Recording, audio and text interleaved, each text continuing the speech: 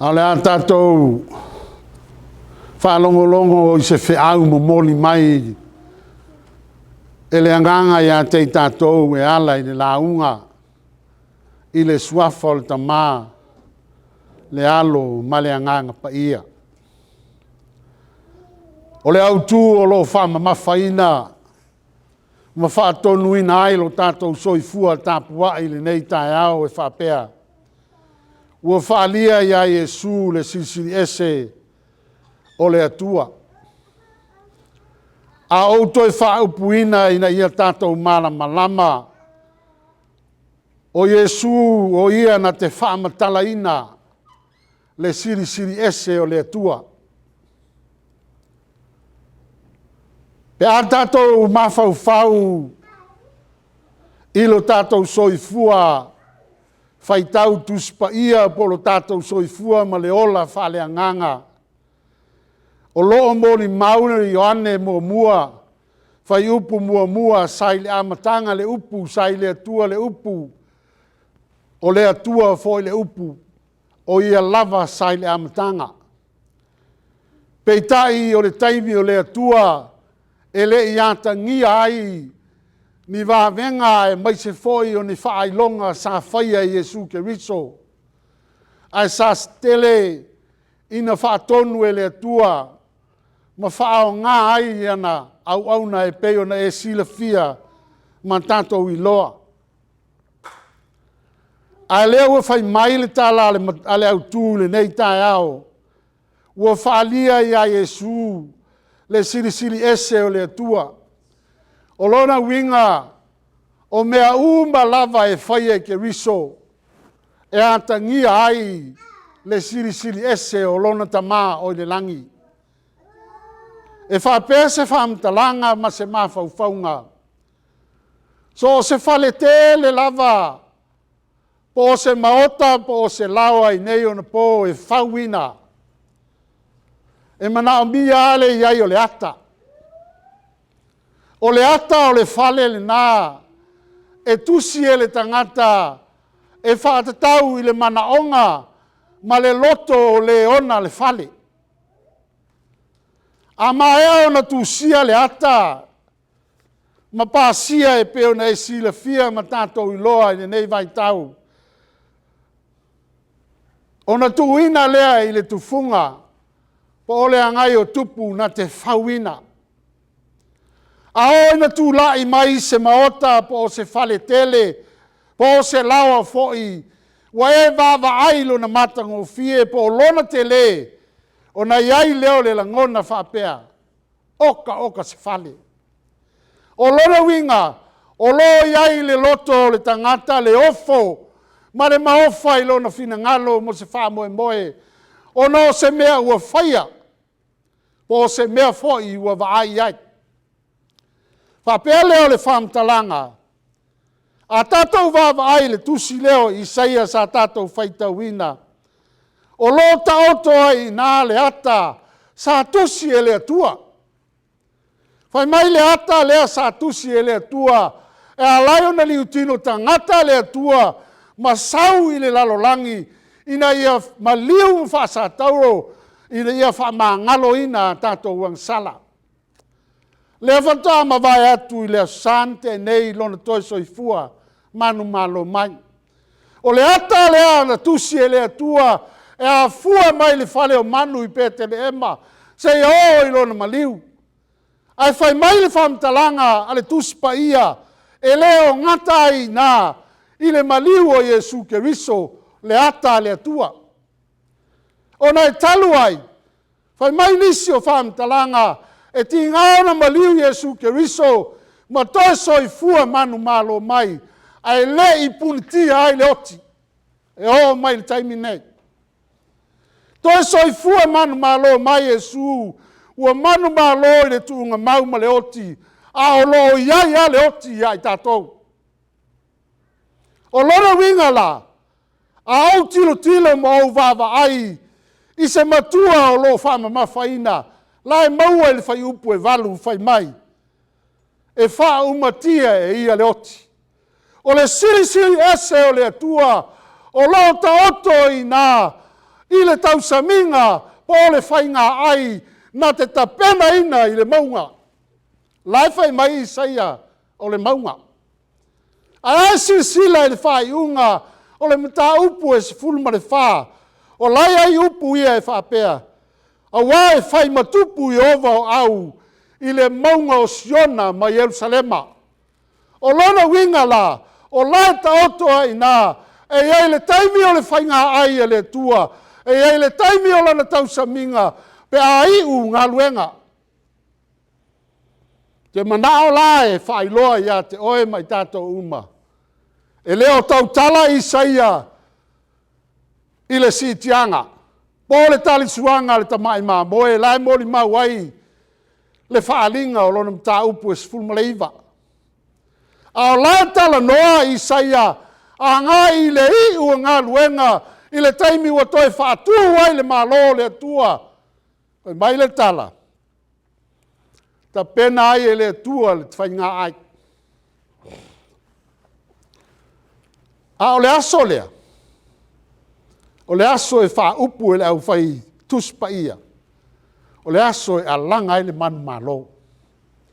O lora winga o le whamtalanga, ua mawai le sitianga, ua mawai le nofo o le tupu o Jesu Keriso i le ea, ai wha solo le puapua ngā tele, e peo na malama lama i le wha upunga le tuspa ia, mawai le whamsinonga i le tua, o na tātou tau nuhu lo lea, i le aso ma le taimi, e whaatu ai le malo Jesu Keriso, lea e whai mai ai le tuspa ia.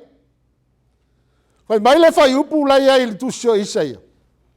So loi e sea e ia loi mata uma.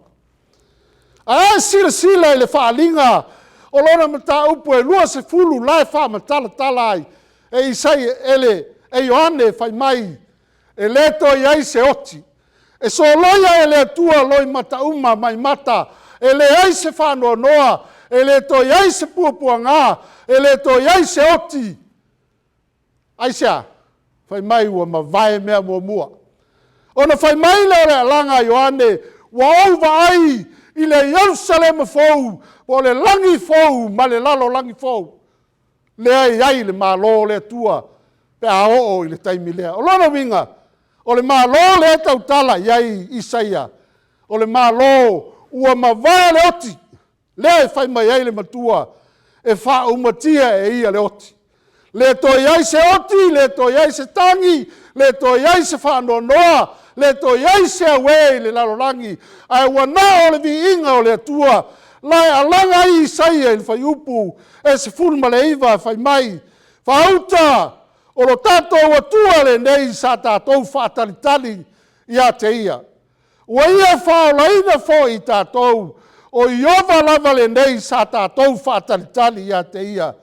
Tātou te fia ma oli i lana whaolatanga. O pēsanga o le oli, o pēsanga o le fia, ai se a, ua manu ma loa i ai, Jesu Keriso, ua ia langa ina, ma ia whaai loa i le lalolangi, le matautia o le atua. Ao ina e vai ina, mai le taimi o le toe soifua manu ma lo mai o Jesu, se o i le unga ua mawai le whamsidonga. Oka se puapua ngā le Keriso. E iei taua, e iei whawhita uli, ai whai mai le whamtalanga, e lafo ai, le manu fe ai, mana perfeta pelo, i le pafi. E saisaina le tarako, ma loka i le pā, pe loka i le lua, ai se ia whasao loto, lona nu. O na whai leo lana whamsinonga. Whamasinonga lai whai mai ai Jesu, e tu ese ai ele tua, po Jesu Keriso, ma moe maoti. Ma moe lona i tūtau matau, a oti lona i tūtau anga vale. O lona winga o lea whamtalanga, o le aso lai alanga i Isaia, o le aso o le alanga ina o le manu malo. Whai mai le whamtalanga lai le whenga inga fōu le sa tātou whaitauwi. O au le leo ma moe le leik. O le mori mau lea Jesu. Pai mai Jesu, o le au na o na leo, ai leo ia te ia se moni o le alofa i ma moe. Koe mai ao ina o sofai le lafu e le luko o na sola lea ai lafu ai. Pe i tai o le ona le mamoe e tu ina atu lona ola e suia i ana mamoe. Koe mai la le whamtalanga la iei le Ioane. E iei mamoe o loo e au maia mai le loto a, e leo i nei le loto a le nei. Ai au te au maia ina ia tasi le loto a mamoe, pe tasi le lafu mamoe, ia tasi fo i le leo leo mamoe. O lai whamatala tala e Iesu, le taimi o le tu whatasia o lana whanau, i le taimi o le whainga aia le tua, e aleluia ai ma amene, le lalo langi o le au kerusiano, o e ua whatua tua ia Iesu Keriso, ina ua whatuina lona malo i le lalo langi. Koe mai leo le whamtalanga nai whai mai ai Ioane. E iei maa moe le o inei, e ese le loto ae mai ai.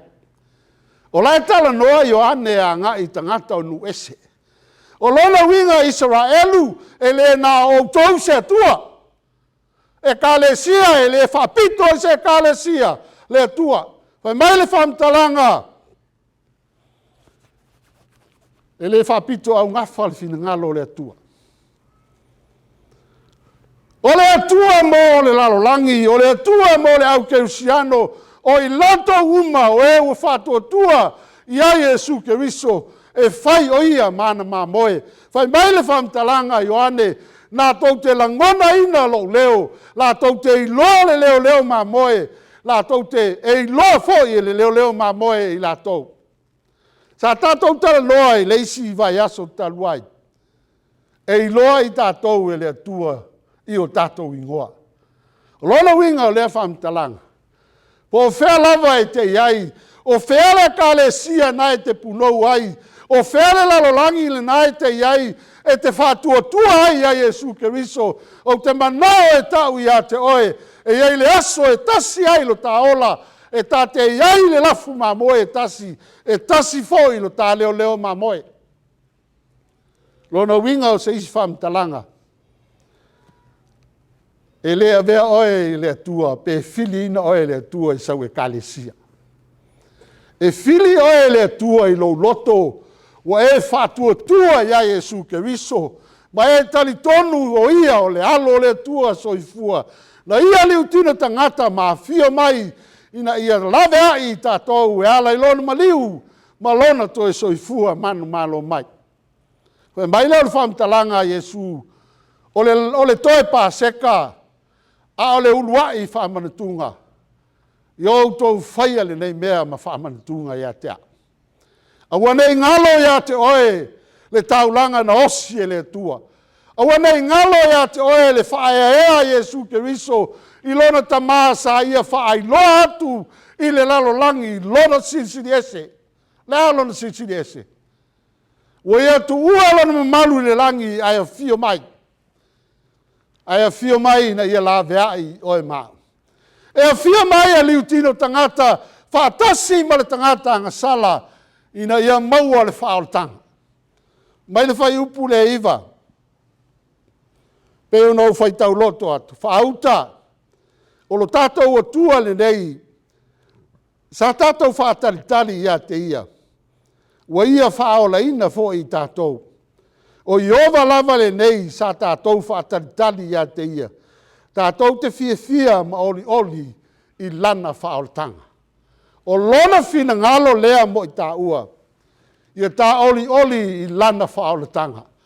Ia tā patia lo na anga le lei, ma lo na alofa na maliu ai le sa tauro, ma toe soifua manu malo mai. Ina ia ola oe, ma whaola ina a u le tangata anga sala. Ono Iesu. Amen.